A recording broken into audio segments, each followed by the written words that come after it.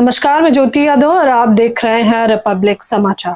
दोस्तों, बिहार के नतीजे आ गए हैं। बिहार में सीएम बन चुके हैं। नए सीएम तो नहीं कहेंगे क्योंकि 10वीं बार शपथ ली है नीतीश कुमार ने, नीतीश बाबू ने। और पार्टी चाहे किसी की भी रही हो, सीएम हमेशा वही बनते हैं, तो 10वीं बार भी उन्होंने ही शपथ ली है।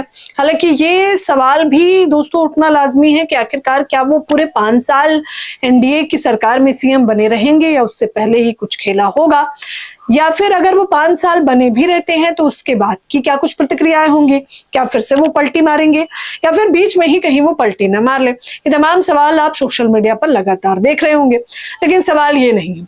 सवाल ये है कि जिस प्रकार से चुनाव आयोग की चुप्पी देखने को मिली है, चुनाव आयोग क्या सच में गड़बड़ घोटाला कर रहा है? क्या ये जो नतीजे आए हैं ये जनादेश नहीं बल्कि ज्ञानादेश है? यानी कि चुनाव आयोग के आयुक्त जो हैं वो ज्ञानेश कुमार हैं, क्या उन्होंने ये नतीजे पेश किए हैं?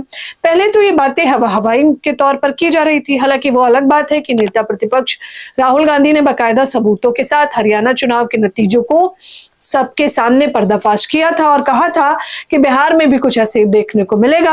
और जब नतीजे आ जाते हैं तब भी राहुल गांधी यही कहते हैं कि हमें इन नतीजों पर भरोसा नहीं है क्योंकि ये जनता के नतीजे नहीं हैं बल्कि चुनाव आयोग के नतीजे। और वो ये भी कहते हैं कि चुनाव आयोग और पीएम मोदी यानी कि बीजेपी की साठगांठ में ये नतीजे बनते हैं। इस वजह से विपक्ष को दबाया जा रहा है और उन्हें दरकिनार किया जा रहा है। इन आरोप प्रत्यारोप के सिलसिलेवार तरीके में एक चीज देखने को हमें बार बार लगातार देखने को मिली है, वो ये है कि जब इतने गंभीर आरोप चुनाव आयोग पर लगाए जा रहे थे तो क्या ये चुनाव आयोग की जिम्मेदारी नहीं है, क्या ये ज्ञानेश कुमार की जिम्मेदारी नहीं है कि वो सफाई दें और बताएं कि आखिरकार क्या सच में इतने बड़े स्तर की घपलाखोरी हुई है या नहीं?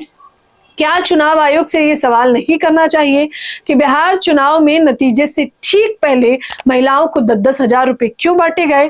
क्या केवल ये 10-10 हजार रुपए सहायता यानी कि जीविका दीदी के तहत बांटे गए हैं या फिर महिलाओं को रिश्वत दी गई?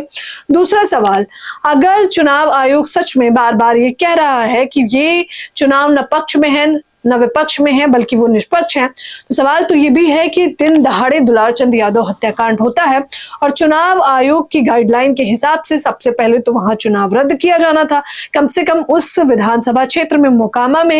लेकिन ऐसा नहीं होता है। अनंत सिंह जिन पर वो जेल के अंदर से ही विजय प्राप्त कर लेते हैं। ऐसे तमाम आरोप प्रत्यारोप तो हैं ही, लेकिन अब सबूतों के साथ आरजेडी की ही प्रवक्ता कंचना यादव पूछने लगी। वो पहला ये दिखाती है कि ईसीआई का 100 का खेल, यानी कि वो यहाँ पर आपको दोस्तों 8 नाम दिखाई दे रहे होंगे तस्वीरों में। देखिए ये 8 जो लोग हैं वो बीजेपी से हैं और इनका 100 का खेल इसलिए बता रहे हैं क्योंकि ये सभी की पहली संख्या देखिए 100 मतलब 100 के आंकड़े से ही इनको जीत प्राप्त हुई है। यहाँ तक तो फिर ठीक था।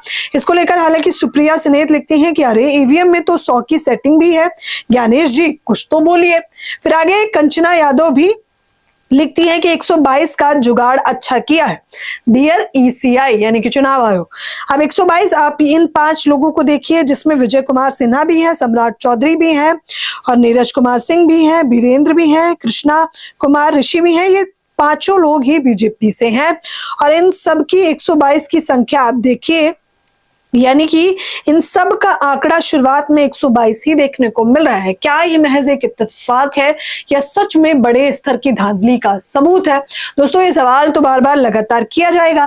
जहां विपक्ष ये कह रहा है कि बिहार में नतीजे जिस प्रकार से आए हैं हम उसे स्वीकार नहीं करते हैं क्योंकि ये जनता का आदेश नहीं है। उन्होंने भी यही कहा कि ये ज्ञानादेश है, जनादेश नहीं है, इसलिए हम स्वीकार नहीं कर सकते। और ये भी कमर कस ली है कि आगे आने वाले समय में हम चुनाव आयोग को भी सबक सिखाएंगे और चुनाव आयोग से भी हिसाब मांगेंगे और जनता के समर्थन में खड़े होकर सड़कों पर लड़ाई भी करेंगे।